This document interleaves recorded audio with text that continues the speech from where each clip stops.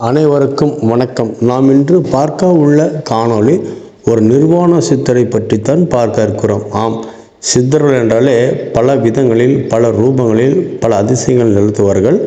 சித்தர்களை பொறுத்தவரை அவர்களுக்கு எந்தவித கட்டுப்பாடும் இல்லை. அவர்கள் ஆடை அணிந்திருப்பார்கள், ஆடை இல்லாமல் இருப்பார்கள், சில நேரங்களில் ரோடிலே இருப்பார்கள், சில நேரத்தில் மலை உச்சியில் இருப்பார்கள், தவம் செய்வார்கள், யோகம் செய்வார்கள், பல அதிசயங்களை நடத்துவார்கள். என்ன செய்கிறார்கள் என்று யாரும் யூகிக்கவே முடியாது, அல்லது அவர்களை இப்படி தான் இருப்பார்கள் என்று நீங்கள் ஆராய்ந்தோ அல்லது ஒரு கற்பனைக்கு எட்டாதவர்கள் தான் சித்தர்கள்.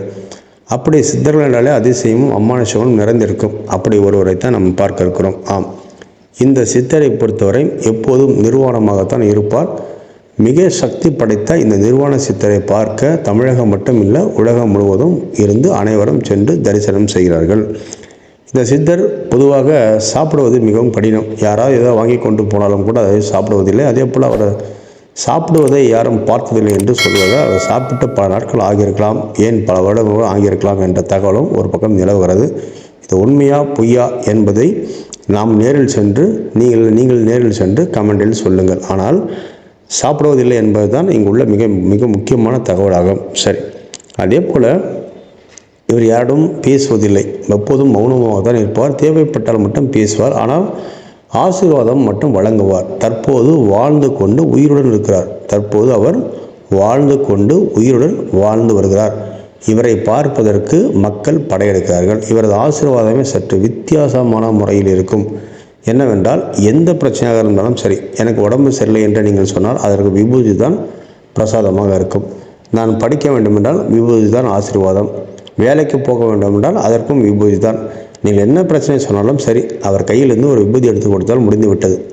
வெறும் விபூதியை வைத்து சகல பிரச்சனையும் சரி செய்யும் ஒரு நிர்வாண சித்தரை பற்றி தான் பார்க்க இருக்கிறோம். சரி, இந்த சித்தர் எங்கே இருக்கார்? முதல்ல அவரை பார்த்து விடுவோம். கரூர் மாவட்டம் திண்டுக்கல் செல்லும் பைபாஸில் மலைக்கோவில் அருகில் இவர் அமர்ந்திருப்பார். அதாவது நீங்கள் கரூர் போக வேண்டும். கரூரிலிருந்து திண்டுக்கல் செல்லும் சாலையில் தகிர்கொட்டாய் நாகம்பள்ளி பிரிவு என்று ஒரு இடம் இருக்கிறது. கரூரிலிருந்து திண்டுக்கல் செல்லும் சாலையில் மலைக்கோவில் அருகில் உள்ள பைபாஸ், இதை மனதில் வைத்துக் கொள்ளுங்கள். அங்கே நாகம்பள்ளி பிரிவு, இதை மனதில் வைத்துக் கொள்ளுங்கள். நாகம்பள்ளி பிரிவு தகர்கொட்டாய் என்று சொல்வார்கள். இந்த இடத்தில் தான் இவர் இருக்கிறார். இவரது பெயர் சுப்பிரமணி நிர்வாண சித்தர் ஆகுவார். சுப்பிரமணி நிர்வாண சித்தர், நாகம்பள்ளி பிரிவு, Dindigul to Karur to Dindigul bypass road, இதை மனதில் வைத்துக்கொள்ளுங்கள். அங்கே சென்றால் அவர் அங்கே உங்களுக்கு இருப்பார். காலை 6 மணி முதல் நீங்கள் அவரை பார்க்கலாம், மாலை வரை நீங்கள் பார்க்கலாம். எப்போதும் அங்கே தான் அமர்ந்திருப்பார்.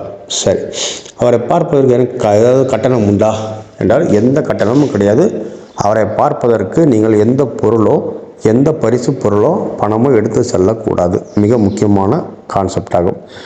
அதே போல் விருப்பமாக இருப்பவர்கள் வாங்கி செல்வார்கள். ஆப்பிள், மாதுளை, பழங்கள் அல்லது ஏதாவது அவர்கள் அன்னதான தட்சணைகள் ஏதாவது கொஞ்சம் கொடுப்பார். அவரோட விருப்பம். ஆனால் அவர் அமர்ந்திருக்கும் இடத்தில் அந்த கொட்டாயில் என்ன எழுதியிருக்கிறார் என்றால், இங்கே பணம் பொருள் வாங்கப்படாது என்று எழுதி வைக்கப்பட்டிருக்கிறது. ஆனால் அங்கே செல்வ அனைவரும் வெறுங்கையில் யாரும் செல்வதில்லை. ஏதாவது பிஸ்கட்டோ பழமோ என்று கொண்டு போய் வாங்குவார்கள். அங்கே விருப்பமுள்ள தட்சணை வைப்பார்கள். ஆனால் இதுவரை அவர் தட்சணை வாங்கியதாக எங்கேயும் வரலாறுகளே இல்லை.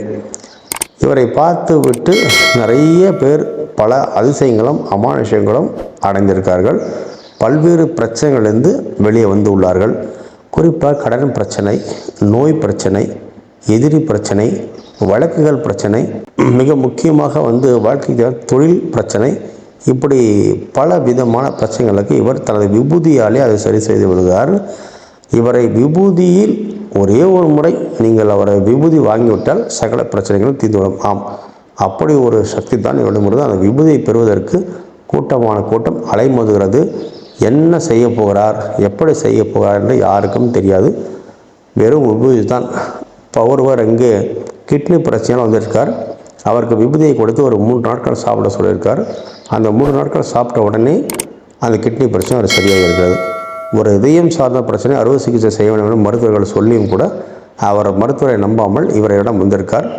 இவர் அவரை நாளடியில் உணர்ந்து கொண்டு வெறும் விபூதியை மட்டும் ஒரு 21 நாட்கள் குடிக்க சொல்லியிருக்கார். அதன் பின்பு அதை குடித்த பின்பு மீண்டும் மருத்துவரிடம் சென்று ஆய்வு செய்து பார்க்கும்போது அந்த நோய் அவரை விட்டு விலகி இருக்கிறது. இப்படி நோயோ கடனோ எதிரியோ வம்போ வழக்கோ அல்லது படிப்பு தொடர்பான பிரச்சனையோ, நம்ம வாழ்க்கை கணவன் மனைவி பிரச்சனை, நம்ம வாழ்க்கைக்கு என்ன தேவையோ அதை சாதாரண விபூதியில் சரி செய்கிறார். எந்த பணமும் பெறுவதில்லை. சித்தர்கள் என்றாலே பல அதிசயங்கள் செய்வார்கள், அமானுஷங்கள் செய்வார்.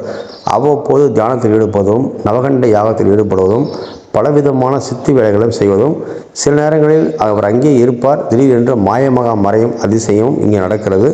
அது மட்டும் சித்தர் அங்கே அமர்ந்திருப்பது போல தெரியும், ஆனால் அங்கே இருக்க மாட்டார், வேறு எங்கேயாவது இருப்பார். இது போன்ற விஷயங்களும் அங்கே உள்ள பக்தர்கள் பார்த்திருக்கார்கள். இது மட்டும் இல்லாமல் எண்ணற்ற அதிசயங்களும் அபூர்வமான விஷயங்களும் சித்தர்கள் செய்திருக்கார்கள்.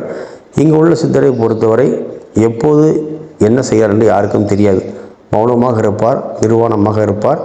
திடீரென்று ஒரு சில விஷயங்கள் கூறுவார், அது உலக அளவில் எடுப்படும். அந்த அளவு சக்தியான சித்தராக இருக்கார். நீங்கள் சென்று வழிபடும் போது கண்டிப்பாக உங்களுக்கு செல்வம், செல்வாக்கு, மாலை, மரியாதை அனைத்தும் கிட்டும். அவரது ஆசீர்வாதம் பெற வேண்டும். நீங்களாக அவர் முடிவெடுத்துக் கொள்ளக்கூடாது. ஏனென்றால் அவரை பார்ப்பதற்கு முதல் பக்தி வேண்டும், அவரை பார்த்த பின்பு அவரது ஆசி வேண்டும். இது இரண்டும் கிடைத்தால் நிச்சயம் உங்கள் வாழ்க்கை வெற்றி தான். அது உங்கள் கையில் தான் இருக்கிறது. சென்று வழிபடுங்கள், வாழ்க்கையில் வளமாக வாழுங்கள். நன்றி, வணக்கம்.